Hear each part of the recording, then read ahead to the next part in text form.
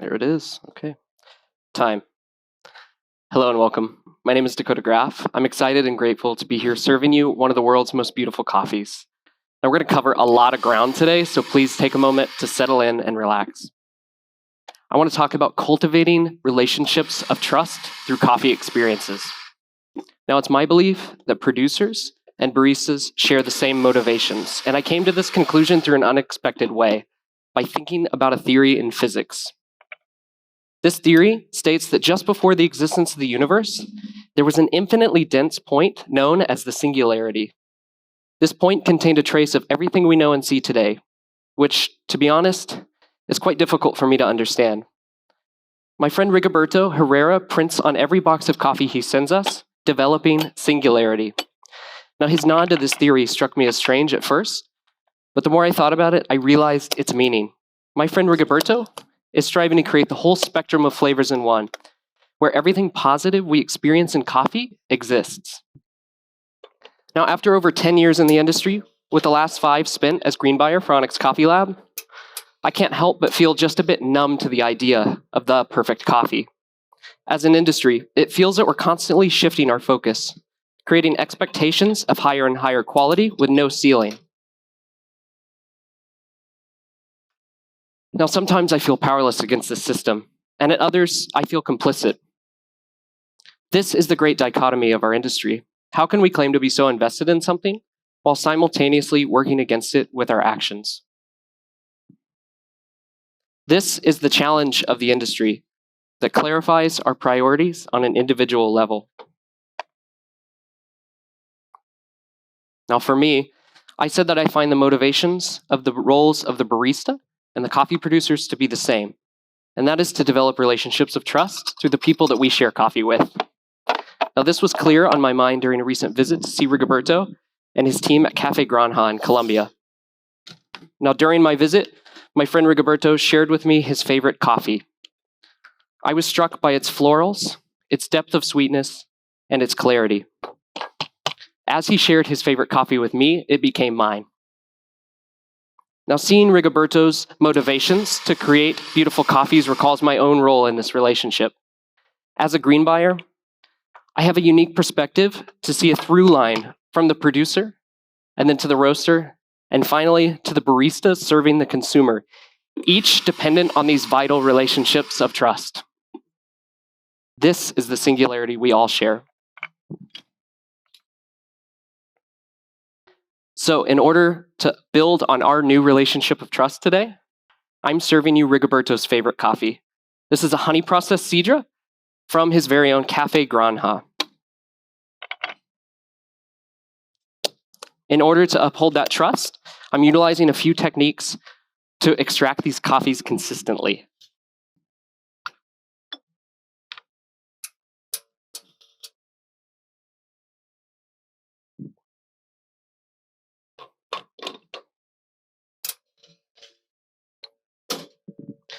So I'm pulling this coffee at 18.5 grams in, 38 grams out, in about 25 seconds. I've distributed utilizing the WDT method. This technique utilizes small needles to push the coffee around, breaking up clumps while distributing coffee evenly, reducing channeling. This allows us to have a shared experience with the coffee. So as I serve these espressos, please note the crema, but let's wait to taste. I'll be stirring these for you.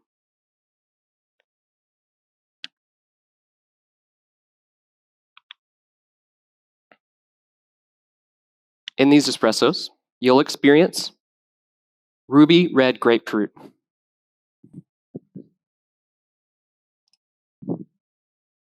red cherry, turning to pomegranate as it cools,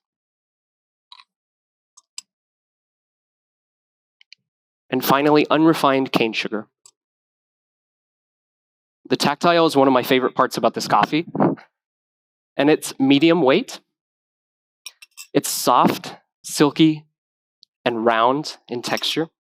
And it's going to have a long, sweet finish, recalling both the ruby red grapefruit, along with a new note of sweet dark chocolate. So please go ahead and enjoy.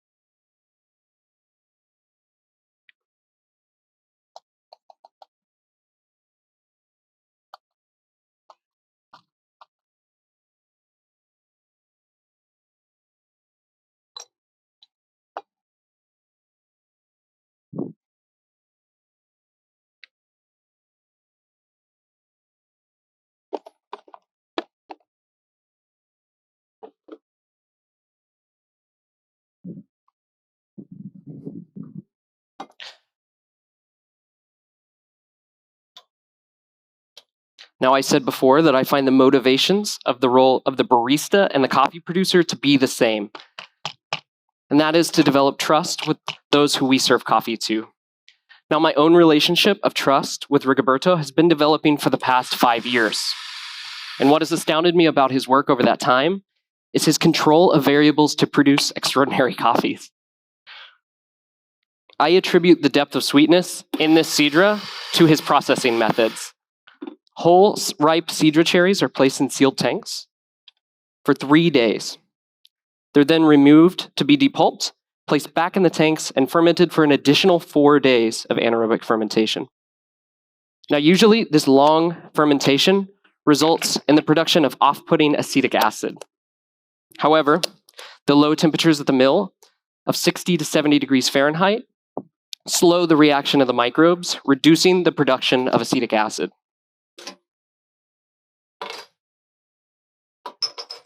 This slow fermentation is integral in order to maintain the integral floral nature of the variety. It's integral in order to maintain the integral floral nature of the variety. As well as developing complex sugars and fruit esters in the cup.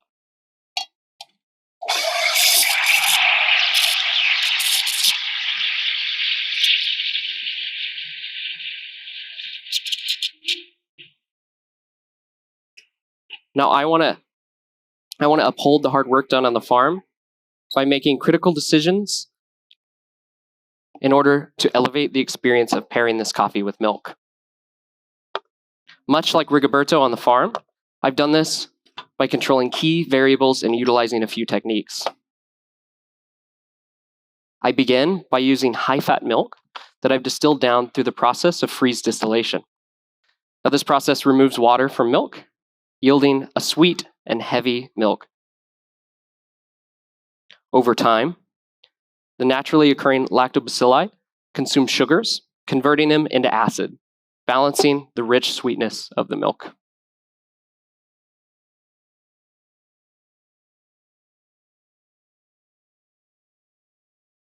Now I'm steaming this to 130 degrees Fahrenheit, and I'm combining 85 grams of the freeze distilled milk with 19 grams of the Sidra espresso, which is a 1-to-4 ratio, creating a rich, harmonious, and delicious milk beverage.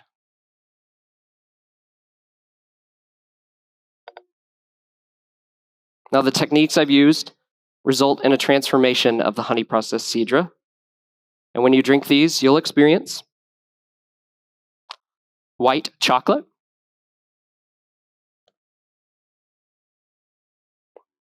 banana bread,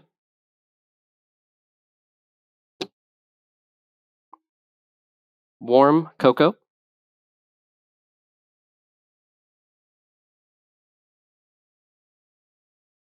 and the tactile is heavy in weight.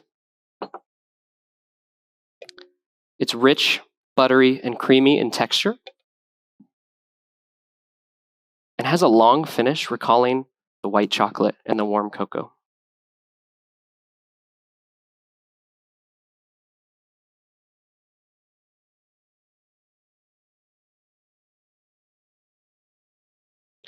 All right, so please enjoy.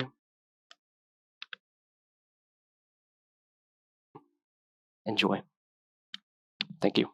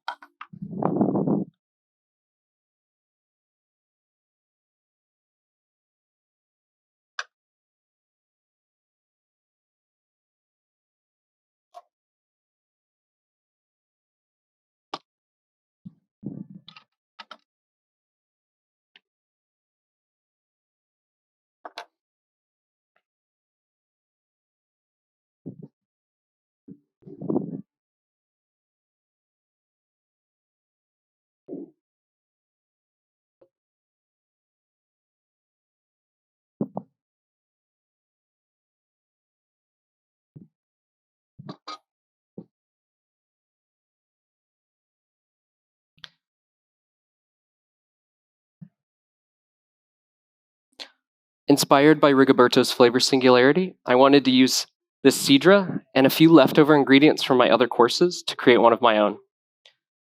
In order to add sweetness, I've extracted the espressos over dried cherries to accentuate the red fruit sweetness of the espresso. I'm also adding 14.5 grams of oolong tea and Szechuan peppercorn simple syrup. Now, the oolong tea adds balancing tannins to the beverage, while the Szechuan adds a subtle spice throughout the drinking experience, recalling the spice note that the Cidra variety is known for.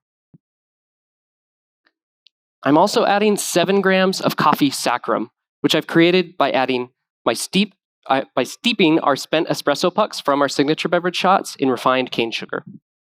This technique is often used in citrus to extract oils into sugar, and by utilizing it today, I was able to create a sort of spent ground syrup, adding a sweet depth to the beverage, reconstituting what once was discarded coffee.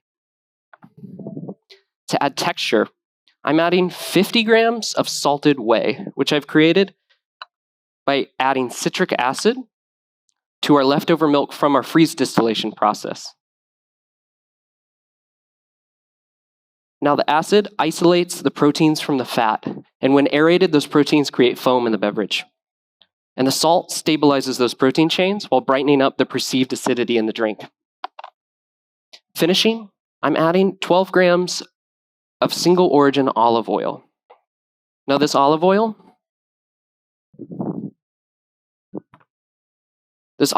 adds a balance to the drink by balancing the sweetness of the espresso and the syrup with a bitter finish while increasing the tactile feel of the drink.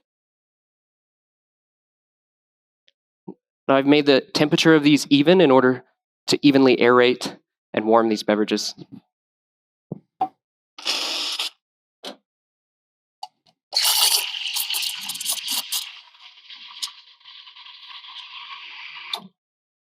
I'm steaming this to 120 degrees Fahrenheit in order to create a warm and comforting beverage. And my drinking instructions are to please wait until I call time to drink, but when you do, swirl these, take in the aroma, sip through the foam to the beverage below. In these, you'll experience cherry cordial, spiced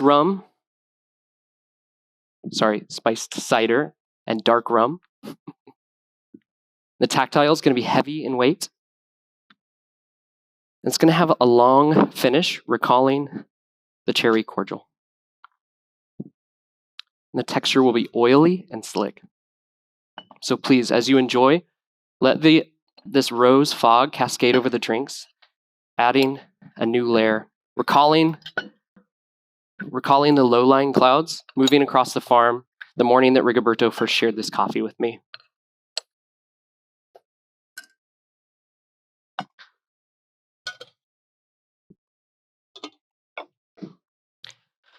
So what then is the answer to the question of the industry?